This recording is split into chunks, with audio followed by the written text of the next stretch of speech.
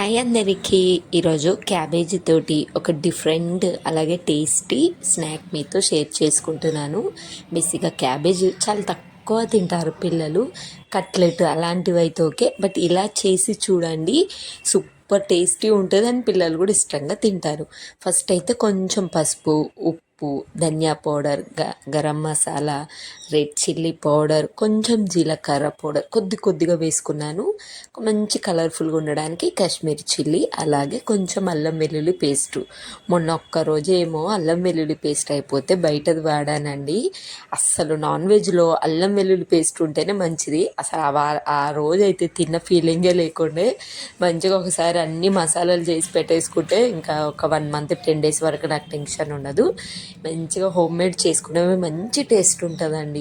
మనం చేసుకున్న అల్లం వెల్లుల్లి పేస్ట్ మంచి గుమ్మగుమ్మలు ఆడుతుంది. ఆ బయటది అయితే అమ్మో మామూలుగా లేదు.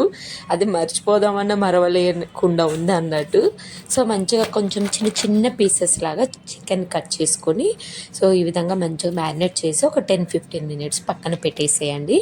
నెక్స్ట్ ఒక క్యాబేజీ. నేనైతే ఎప్పుడు కూడా మీడియం సైజు క్యాబేజీ తెస్తాను, బట్ ఈ రెసిపీ చేసినాక అర్థమైంది కొంచెం పెద్ద క్యాబేజీ తీసుకుంటే బాగుండు అనేసి. తీస్తుంటే ఈ లేయర్స్ అంటే పొరలు ఉంటాయి కదా, ఇది ఒక్కొక్కటి లీఫ్ తీస్తుంటే కొంచెం బ్రేక్ అయినట్టు అయింది. అందుకే కొంచెం పెద్దది తీసుకోండి మీరైతే. నెక్స్ట్ కొంచెం ముందర కట్ చేసి ఇలా మంచి లేయర్ లాగా నేనైతే ఒక 4 to 5 వల్ల తీసేసాను. నాన్ వెజ్ తినని పిల్లలకి సేమ్ ప్రాసెస్లో పన్నీరు లేదంటే మష్రూము, నెక్స్ట్ మిల్ మేకర్ అలా ట్రై చేసేయండి. సో ఈ విధంగా తీసేయాలి. నేనైతే ఎక్కువ ఏం తీయలేదు, జస్ట్ ఒక 4-5 తీసేసి బాగా వేడిగా బాయిల్ అవుతున్న వాటర్లో కొంచెం పసుపు, కొద్దిగా సాల్ట్ వేసి మనము క్యాబేజీని లేయర్స్ తీసాం కదా, బాయిల్ చేసుకోవాలి. జస్ట్ వేసి తీయడం కాదు, బాయిల్ చేసుకోండి. ఎలా అంటే ట్రాన్స్పరెంట్ అవుతుంది మనకి, క్యాబేజ్ మొత్తం ఉడికిపోయి ట్రాన్స్పరెంట్ అవుతుందో ఇలా అయిపోతుంది అన్నట్టు. ఫుల్గా బాయిల్ చేసుకోండి.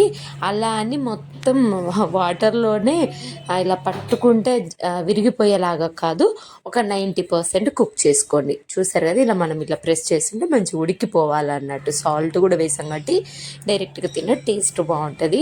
బేసిక్గా క్యాబేజీ చాలా మంచిది, అందులో 98% వాటర్ కంటెంట్ ఉంటుంది. పిల్లలు అస్సలు తినరు. ఇలా చేసి ఇవ్వండి పాకెట్ లాగా, క్యాబేజీ విత్ చికెన్ పాకెట్ లాగా. నెక్స్ట్ అయితే ప్యాన్ తీసుకొని కొంచెం ఆయిల్ వేసి జీలకర్ర, మీకు ఓన్లీ వెజ్జీస్తో కూడా చేసుకోవచ్చు, మీ ఆప్షనల్ అండి. బట్ ఫస్ట్ టైం చేస్తున్న నేను కూడా ఎలా అంటే పిల్లలు తినాలి అంటే ఖచ్చితంగా ఫుడ్ వేస్ట్ అవ్వకుండా తినాలంటే చికెన్తో లేదంటే ఎగ్తో ఎలానైనా తింటారండి మా పిల్లలు. అందుకని బాగా ఇవి ప్రిఫర్ చేస్తూ ఉంటాను స్నాక్స్కి అలా. ఇక్కడైతే నేను కొన్ని బీన్స్, కొంచెము క్యాప్సికము, కొద్దిగా గ్రీన్ పీస్ అలా వేసాను. అవి బాగా మగ్గక ముందు చికెన్ ఇవన్నీ ఒకేసారి మంచిగా మగ్గిపోతుంది. చికెన్లో ఉన్న వాటర్ అంతా మనకి ఇంకేం ఎక్స్ట్రా వాటర్ అవసరం లేదు, బాగా రోస్ట్ అయితే సరిపోతుంది. మీరు ఓన్లీ వెజ్జీస్తో కూడా వేసుకోవచ్చు, లేదంటే స్వీట్ కార్న్తో, బాయిల్ చేసిన స్వీట్ కార్న్తో, ఇలా డిఫరెంట్గా ట్రై చేయండి నాన్ వెజ్ తినని పిల్లలకి. సో ఇందాక మనము క్యాబేజీ లీఫ్ ఉంది కదా, అది బాయిల్ చేసుకున్నాం కదా, అందులో ఇది స్టఫ్ లాగా పెట్టేసి జాగ్రత్తగా పాకెట్ లాగా ఫోల్డ్ అంటే మొత్తము ఏమంటారు చూడండి, ఫోల్డ్ చేసేయండి. ఎక్కడి నుంచి కూడా బయటికి రాకుండా. ఇంకొంచెం బెటర్ ఐడియా ఏంటంటే దీనికి ఏదైనా థ్రెడ్ లాగా చుట్టితే ఇంకా బెటర్ అవుతుంది. బట్ పర్లేదు లేండి, కొంచెం కేర్ఫుల్గా వేసేటప్పుడు తీసేటప్పుడు జాగ్రత్తగా తీస్తే సరిపోతుంది.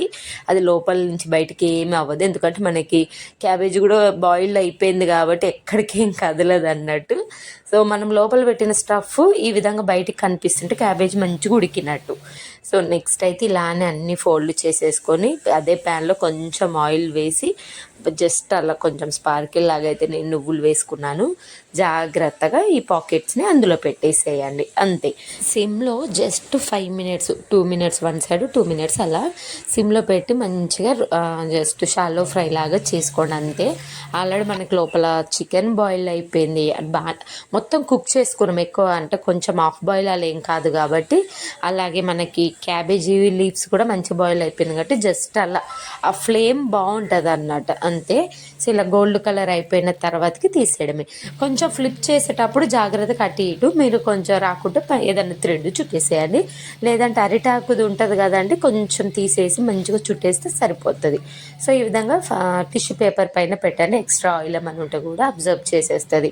అంతే. ఎంత టేస్ట్గా ఉంటుందంటే ఈవెన్ క్యాబేజీగా తినేసేయచ్చు.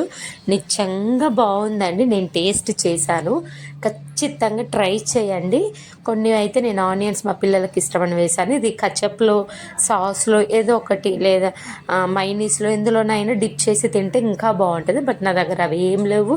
ప్లెయిన్గా ఇంకా మా పిల్లలకి చికెన్ ఉంటే సరిపోతుందండి, ఏమీ అవసరం లేదు. ఫస్ట్ ఒక 1 బైట్కి మా పెద్ద బాబు ఆలోచించాడు. అందులో చికెన్ చూసాడా, ఫుల్ ఎగ్జైట్ అయిపోయాడు. ఇంకొద్దన్న మొత్తం తినేసాడు, 2 తినేసాడు. ఫస్ట్ టైం కదా, తింటారో లేదా అని చేశాను. బట్ చక్కగా తిన్నారండి. నాకైతే బాగా అనిపించింది. నెక్స్ట్ టైం మళ్ళీ కూడా ఇంకా డిఫరెంట్గా పన్నీరు అండ్ మష్రూమ్తో కూడా చేసుకోవాలనిపించింది. ట్రై